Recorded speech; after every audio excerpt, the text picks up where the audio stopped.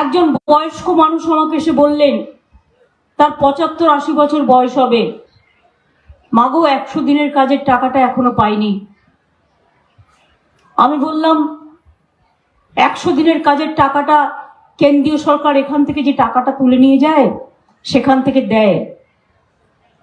প্রায় ৭,০০০ কোটি টাকার মতো যারা কাজ করেছে, যাদের কাজ করিয়েছে, খাটিয়েছে, সেই টাকাটা তাদের দেয়নি। অথচ ১০০ দিনের কাজের টাকা দেওয়া ম্যান্ডেটরি, বাধ্যতামূলক।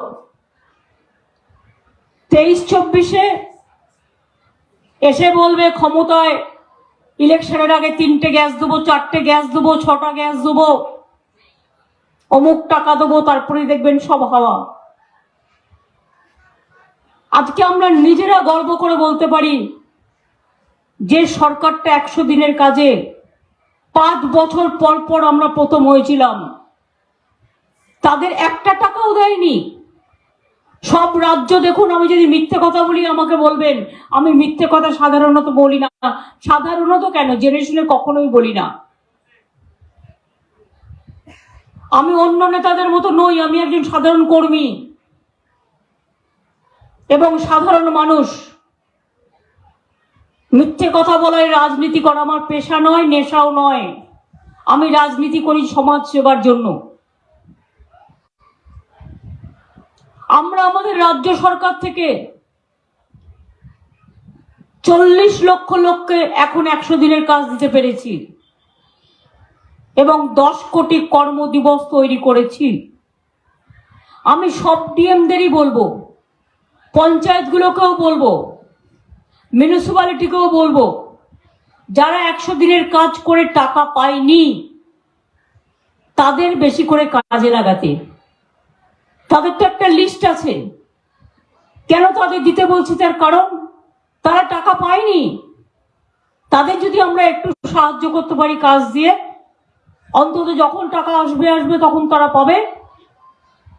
টাকা আদৌ আসবে কিনা জানি না, আসলেই দিয়ে দেবো, কিন্তু অন্তত এখনটা যাতে চলে তার জন্য বলছি যে যারা কাজ করেছে অলরেডি টাকা পায়নি তাদের বেশি করে বিভিন্ন প্রকল্পে কাজে লাগান। রাস্তা, আমরা আসার আগে কোনো রাস্তাই ছিল না, রাস্তাগুলো গর্ত গর্ত। আপনারাই দেখেছেন রাস্তার কি হাল। আমরা আসার পর আজকে আমার ১২ বছর পূর্ণ হবে মুখ্যমন্ত্রীর। আজকে ৫ই মে। আমি প্রণাম ও সালাম জানাই, জয় জোহার জানাই আমার মা মাটি মানুষকে। বাংলার মানুষের আশীর্বাদ, শুভেচ্ছা, দোয়া আমাকে এই জায়গায় কাজ করতে পাঠিয়েছে। আমার কোনো দিন রেস্ট নেই, আমার কোনো দিন ছুটি নেই, আমার কোনো বিশ্রাম নেই। আমার একটাই কাজ, কি করে মানুষকে কাজ করানো যেতে পারে। কেন্দ্রের সরকার সবসময় সহযোগিতা করে এসছে। আগে রাজ্য সরকার ট্যাক্স তুলতো, সেখান থেকে খরচা করত। এখন একটাই ট্যাক্স, জিএসটি ট্যাক্স। আর জিএসটি ট্যাক্স মানে কেন্দ্র তুলে নিয়ে যায়, দিল্লি তুলে নিয়ে যায়। তার থেকে আমাদের যে প্রাপ্য, সেই প্রাপ্যটা পর্যন্ত দিচ্ছে না। এবং সেই প্রাপ্য টাকা থেকে মনে রাখবেন, এই ১০০ দিনের কাজ, এই রাস্তা, পথশ্রী, এই সমস্ত গ্রামীণ রাস্তা, বাংলার ঘর, এগুলো তৈরি হয়। রাস্তার কাজও বন্ধ, টাকা দেয়নি।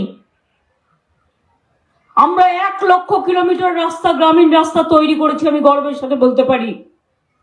এবং আবার নতুন করে ১১,০০০ রাস্তা নিয়েছি, গ্রামীণ রাস্তা, যার নাম হচ্ছে পথশ্রী, রাস্তাশ্রী, পথশ্রী 2, রাস্তাশ্রী।